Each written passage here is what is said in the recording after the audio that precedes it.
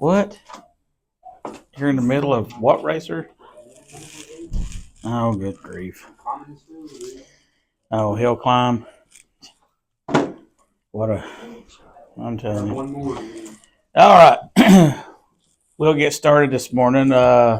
Coming soon, as the paper over there said, youth and young adult, aka college, back to school bash will be August 10th. Time will be or is to be determined. So we'll get more info on that as time comes along. So just kind of keep that in mind as the time continues to progress and we get there. All right. Just for kind of a service announcement, we'll call it that. Today or earlier this morning, I was getting on my on this app that we use for the live stream, and starting with great heads up, notice starting tomorrow, Facebook will no longer let you stream unless you have 100 followers. 100 followers. Pardon, how does that make any sense? Because you gotta have the following base to do it. We have What does it 36. cost them? That way they Nothing, but it's just the way it's this their way of trying to, in my opinion, their way of trying to just kind of. It's hard for people to get. I mean, just like this our page for the Sunday school class, it's hard. I mean, I've promoted and done different things since we've had it, and all I get is hate robots coming back, telling me they're going to shut the page down, all this, that, and other.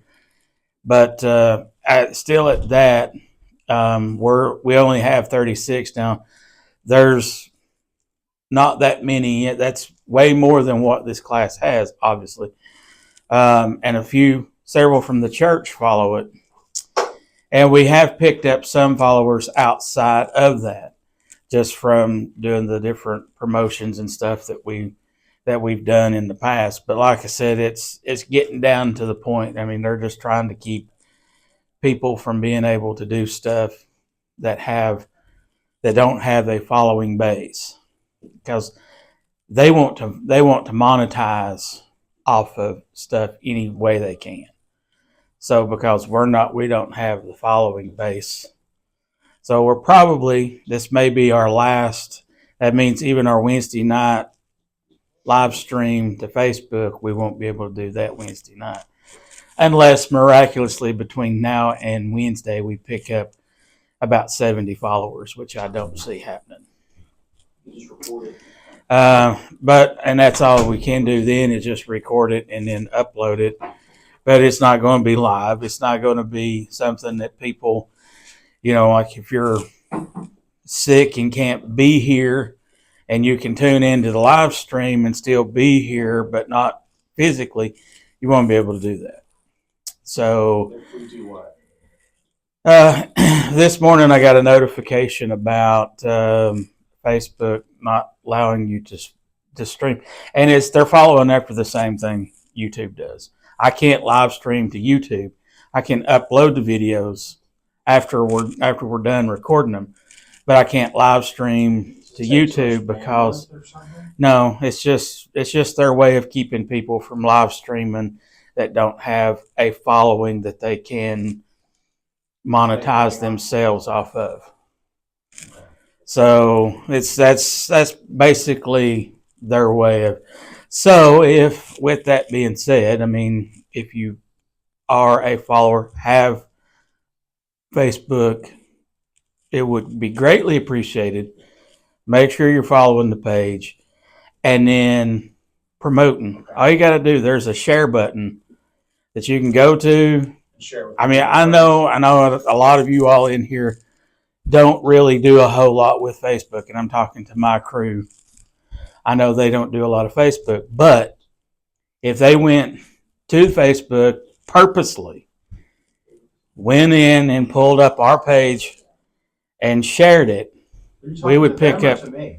Mm, No, you can be talking to me too, because the last time I was on Facebook was 14, 15 years ago. yeah, it's just that's. I mean, I know it's not the big thing for everybody, but for those that are on there, that do get on there, it takes very little effort to go in your scroll or you just hit the search button and have to deal with AI for a little bit and pull up the page, go to it, scroll down, hit share, post now. That's it. That's how What's the full easy. title of our Facebook page? Gilead Baptist Church, or the Bridge, a ministry of Gilead Baptist Church. I did have the handle up here, but I don't know how. I don't remember what I had up there. I meant to rewrite it. But like I said, that's just by sharing it and inviting your friends to. That takes a little bit more effort to get people to ask people to follow the page. But that's just different ways that we can get out there for those that don't like, that's more introverted. They don't like talking to people. That's one way. People are, all kinds of people get on and use Facebook for different things, audiences, and that's just one simple way to get the word out. It's the easiest way to evangelize people that we have, that we're friends with, on our Facebook pages. So just something I would like to try to allow, kind of make you all aware of, but not only you all, but the people that watch us online at later times and so forth. That I do get a chance to see. I mean, like last Sunday's Sunday school lesson got 135 views in a week. It's not a lot, but if all 135 of those people like the page, we wouldn't be having this discussion, So, like I said, we get a lot of views, and it's one reason why I'm kind of putting this plea out there, is to hopefully, if they're watching and they see it, they understand it's something very simple. Just like, follow, and then share. Ask friends to that that go to Baptist churches or whatever. Just send friend invites to our Facebook page. Hopefully, we could get the 70 followers we need to be able to then live stream the Sunday school time for like if you get sick and you can't be here and you want to keep up with everything, you can always go to Facebook, tune in, boom, there you are. You'll hear this maybe a few seconds delayed. So if I'm extrapolating what you're saying, Sunday school time makes you sick, so you have to stay home and watch. Or if you're sick at church, sick and can't come to church, whatever. That's just a couple of different ways. I mean, not only just this are right here for the Sunday school class, for the youth, for the young adult fellowship on Wednesday nights, but that also goes for the church upstairs too. If you're not a follower of the church Facebook page, you can always do that. I mean, the church Facebook page doesn't have anything to worry about. They've got 800 followers. We have 36.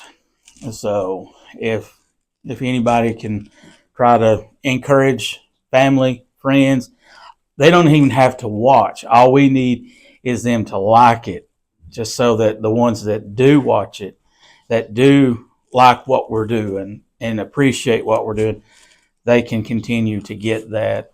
It's not going to stop me from posting it. It's just a matter of, there's a reason it's called a live stream, so you can watch it in real time. So that's just kind of a public service announcement, my PSA for the Sunday school this week. So there you go. As I dubbed Darla the silent assassin. So she was assassinating them bowling pins last night. So anyway, we had a good time doing that. So we'll jump into our Sunday school lesson portion this morning. Still in the book of Obadiah, we're still dealing with his transcending vision that God gave him. Last week we managed to get 2 points down in our tough vision in this section that we're dealing with, and I went ahead and wrote this down just in case we get into the terrible part of the vision. But the tough part of the vision is God's dealing with the different things that he was going through and having to recount, relive, retell. Obadiah, this is why these things are happening. And now we've come up. We're at verse number 14 here, and this is what I'm calling it's vindictive. It's a vindictive part of the tough vision. And you see that down in verse number 14. And it says, "Neither shouldest thou have stood in the crossway to cut off those of his that did escape, neither shouldest thou have delivered up those of his that did remain in the day of distress." And of course, this is dealing with the tough part of the vision, going all the way back to verse number 10 down through there. He's talking about God's going back and reliving the things that's happened to Judah at this time, the nation of Israel. What's been going on, why, and the way, the backhanded way, kind of how the nation of Edom dealt treacherously with the nation of Israel. And the biggest reason that we're trying to bring all of this out is that if by some chance you do happen to be one of few today that really kind of keep up with current events and different things, is the way things are transpiring. You go all the way back to October 7th, I believe it was, when everything started breaking out over in Israel and between Israel and Palestine and everything else. When you go back and you see all that happening, and you're seeing as that progresses, as it comes down the pike, you're starting to see nations like our nation going so far as, is this on here? Going as far as to pull back our support for an ally that we as the nation of America first recognized in 1948. It's a long time ally. A country that we've went out of our way as a country to help them get to where they can defend themselves against the world. It's just not the people in the Middle East that's against the Jews. You go back, you can go back to World War II with Germany. Germany, they're not Palestinian, they're not Middle Eastern, they're not from that area, they're from Europe. They had a thing against the Jew. That was Adolf Hitler's big thing. So as we see, it's not just the people that's surrounding the nation of Israel that's against the nation of Israel. You see terribly, terribly uneducated people today in America that's in college, is all across this nation, who are completely and totally uneducated in the things of history and Middle East and all this, that, and other, to where they have blindly picked up this Palestinian rage against Israel and thinking that they're right when they're not. And I heard this on radio, and I've heard it before it came on the radio. And I really hate to even use this as, an example, but, just the differences between Palestine, the Muslims, and Israel and the Jew is that how many of you have heard of Lady Trump?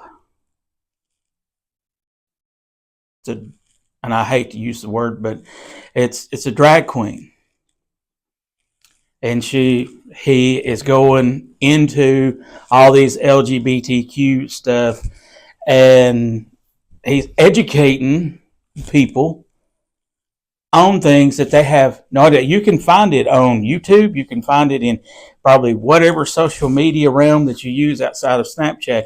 And you might, if you took the deep, dark, and long time to go through the rabbit holes of the different things that Snapchat promotes, you might be able to find it through Snapchat. But I know through on Instagram and Facebook and even YouTube, whatever, you can find this one guy, somebody recorded an actual conversation with a LGBTQ Palestinian supporter. This is how uneducated people are today.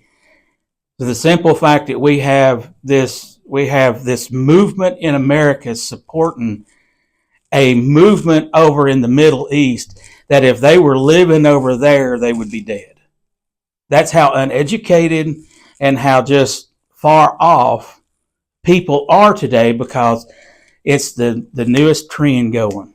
We're so hot to jump on the next trend. I mean, there's a reason why TikTok and everything else just a few years ago was going through the schools. And I mean, Brady can attest to this when the big challenges was to vandalize and destroy your school. That was the big TikTok thing, and then people's videoing themselves and posting it, and completely, blind to the fact that if the school system wanted to come after their parents because of the vandalism that their child was being promoted and put out there on TikTok of doing to the school, their parents would have to pay to have all that damage repaired. That's why we're in the shape that we're in, and that's why we're kind of going through this, and that's why why we're kind of talking about this tough vision is I don't want you all to go through life not knowing why we as a country, why we as America support, and why we as a church believe and stand behind and support the nation of Israel.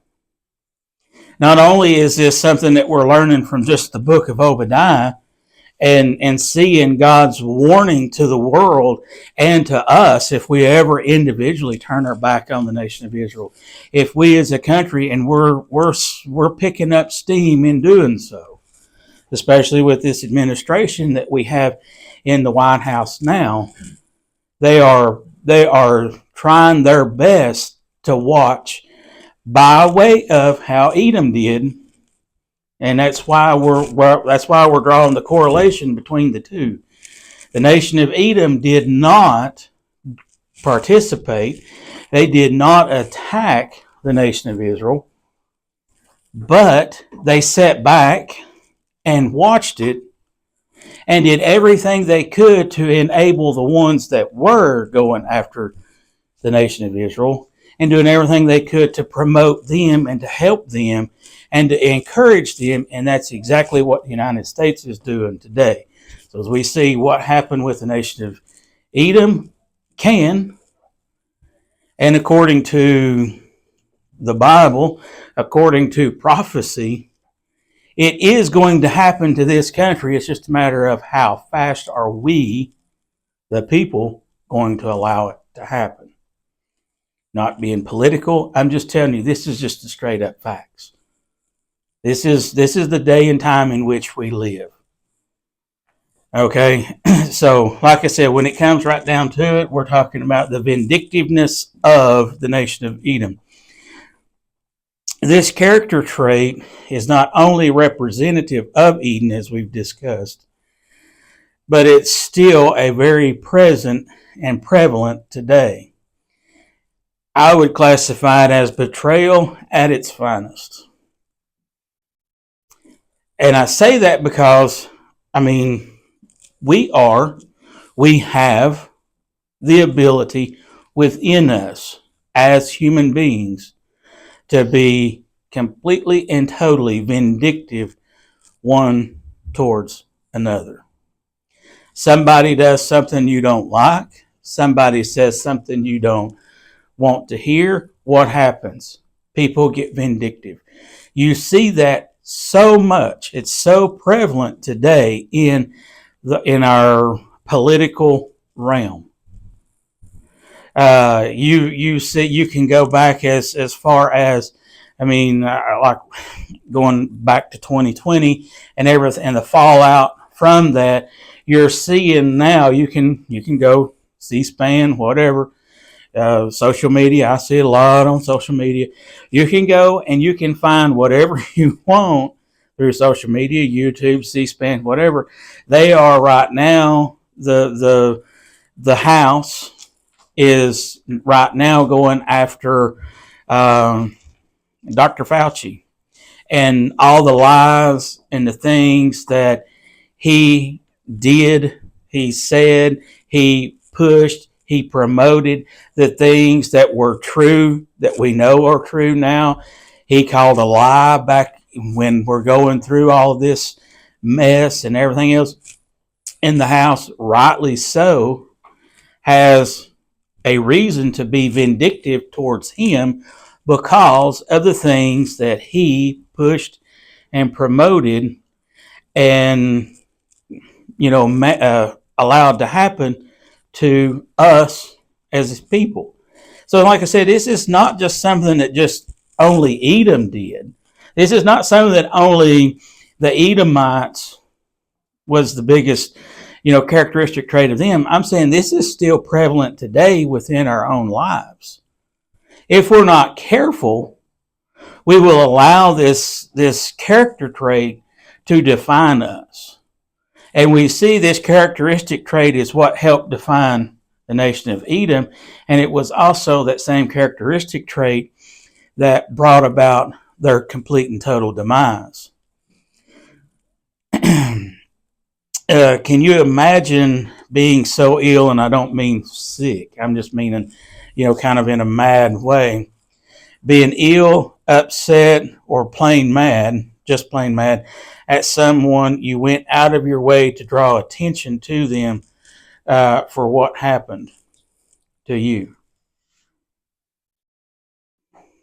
I mean, like I said, this is all dealing with the characteristic traits of this vindictive attitude and vindictive characteristic trait.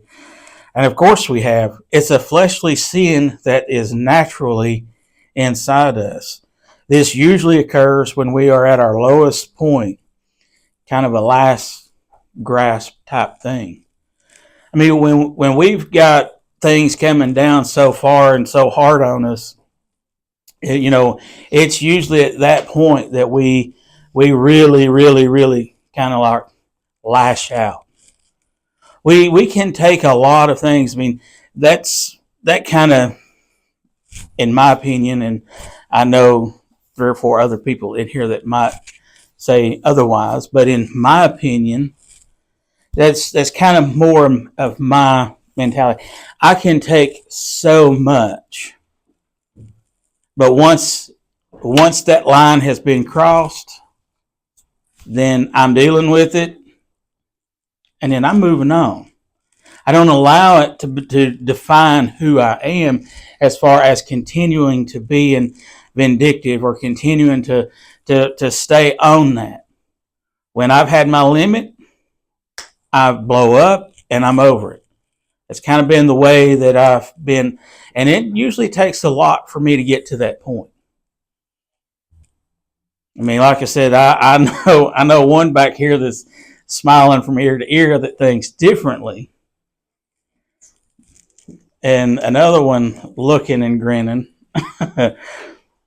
But I can remember back when I was in high school, my first job, I mean, I was trying to work this job. I was trying to go to school. I was trying to keep my grades up and everything else. And it seemed like the more that I did when I worked this job, the more that was put on me to do. And as a 16-year-old kid, you don't fully understand and grasp what all that entails. But I did have, I remember, my first job was a bag boy at Winn-Dixie. Okay. And I was, one Saturday, they had 5 or 6 cash registers open, one bag boy, me. That was it. I had to keep all 5 lanes bagged, and then I was expected to keep the grocery carts off the lot. Because I couldn't take everybody's groceries out. Those that could see I'm in here working like a madman, trying to keep all 5 of these lines going, and the customers' bags, they were taking, it was pretty much back in the day, that's the bag boy. You took everybody's groceries out unless when you got done bagging, you didn't leave, you had the cart, you were ready to push it out and bring it back unless they told you, no, I don't need the help, I'm going to take it. Now they bag it and they turn it and they look at you like, you better take it because it ain't getting out there unless you're pushing it. Back in my day, that was my job. I had to do that. Customers could see that that he's it. We'll take it. You just keep doing your job. And I did. And I have to go out and get buggies. I'd come in and keep all 5 of these. My manager, the store manager, walks out of the office. And I'm standing there slinging groceries, bagging just as fast as I can. He comes out of the office and he just stands there and looks at me and hollers, Chuck. That was my nickname back then. Got you some help on the way, son. I'm thinking, great. Where's he at? Where are they coming from? Because I need some help up here. He turns around and walks away. You know what he did? Give me a 10-cent raise. That was my help.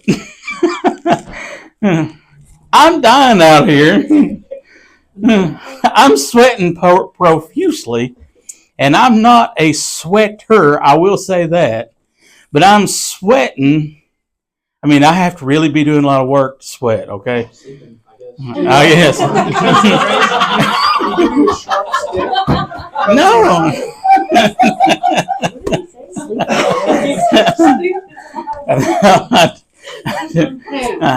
I do. You know it's a good sleep if you wake up and your shirt's down. Just saying. With all due respect. That happens sometimes. But like I said, that was the help that I got. And it pushed me to the point to where I hated going to work.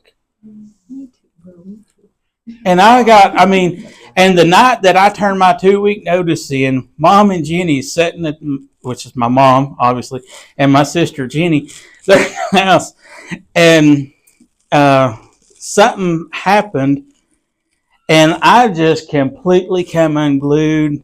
I blew up on them and yelled at them, and I stormed out of the house, went to work, and on the way to work,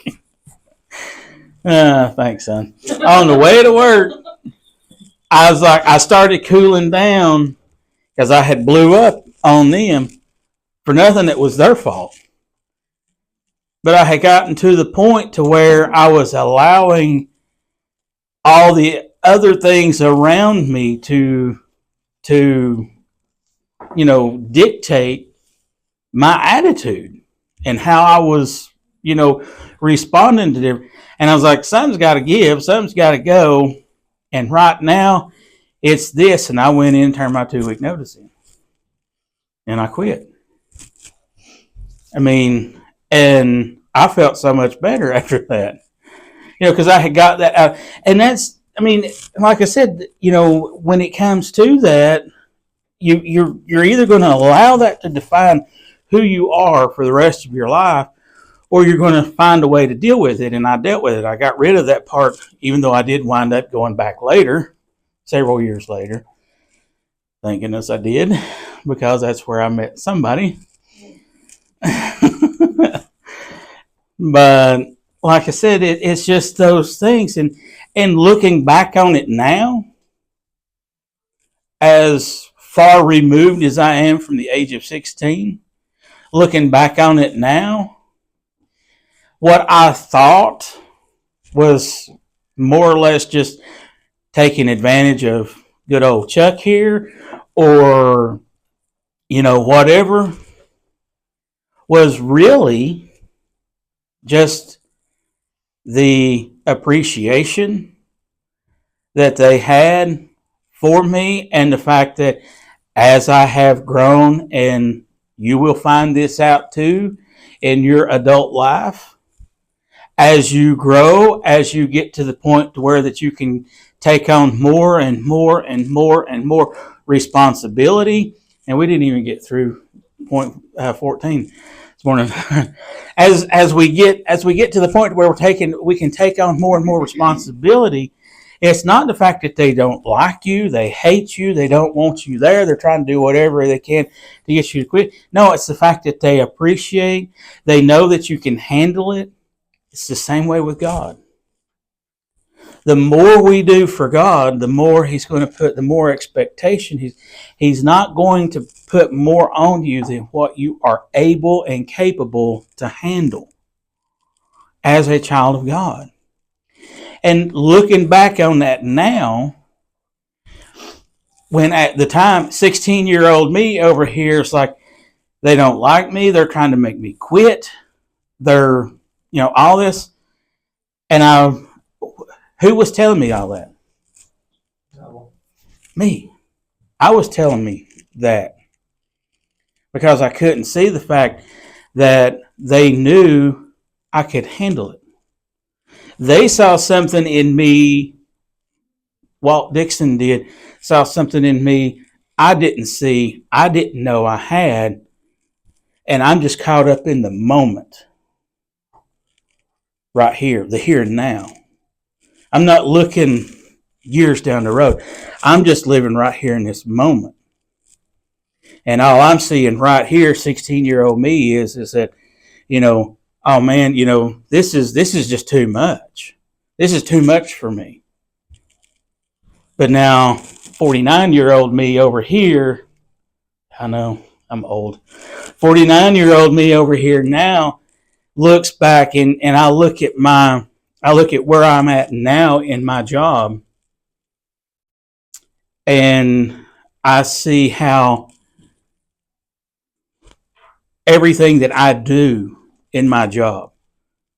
I used to, back when we did ice cream, I could run an ice cream route. I could, and I still do. I have to pick orders in the room. When somebody's out on vacation, I have to cover for the dock. I have to cover different routes. I have to run routes when nobody's there to run them, when somebody quits, whatever. I do all of this. And I don't look at it, like I said, 49-year-old me knows where I'm at now. And I have all of this responsibility put on me by others. I have other guys that I work with that come to me. I've even had it reported. I didn't hear this firsthand. I heard it secondhand from the person who heard it firsthand. I've had it reported to me by a supervisor that I work with that a couple of weeks ago we had an incident, and I was indirectly involved because I knew what was going on. I knew what was happening with said incident. And him and my boss, the one who said this, were working together out in the field and everything. And he came up and he said they got to talking about said incident. And he told the boss, he said, well, Jason saw everything that I was doing yesterday, because I was, the first part of the day when I was on the dock, I was inside the building and everything. and I was helping him get some stuff that the branch manager needed done because he was over here having to do what he was doing with the cameras and everything. And he goes, and my supervisor said, he knows what was going on. And he was like, oh no. He said, I'll have to. So he calls me and says, hey, are you on speakerphone? I said, no. He said, hey, whatever you seen yesterday, keep hush. Okay. I ain't told nobody. And everybody knows what's going on with this incident, but they don't know a lot of the stuff that I knew. But the reason he said that was because he said he's in the know. He knows I know everything that goes on down there. Not because that's what I'm not the gossip, but everybody comes to me and asks me questions. It's unreal. I'll get a call from a routeman who's been there doing this longer than I have. Call me, hey, how do you do this? How do you do that?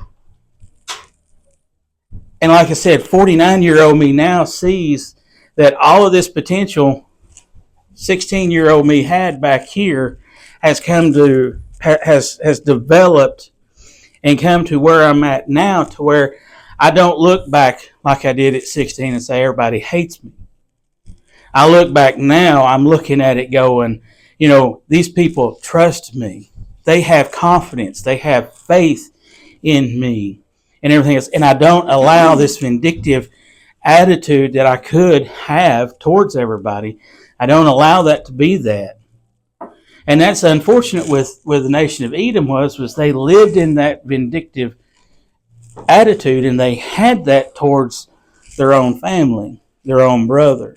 So hopefully maybe next week we'll jump back in and finish out this vindictive thing, since we only got, halfway there. So anyway, all right, thank you, and we will see you all on the next go round.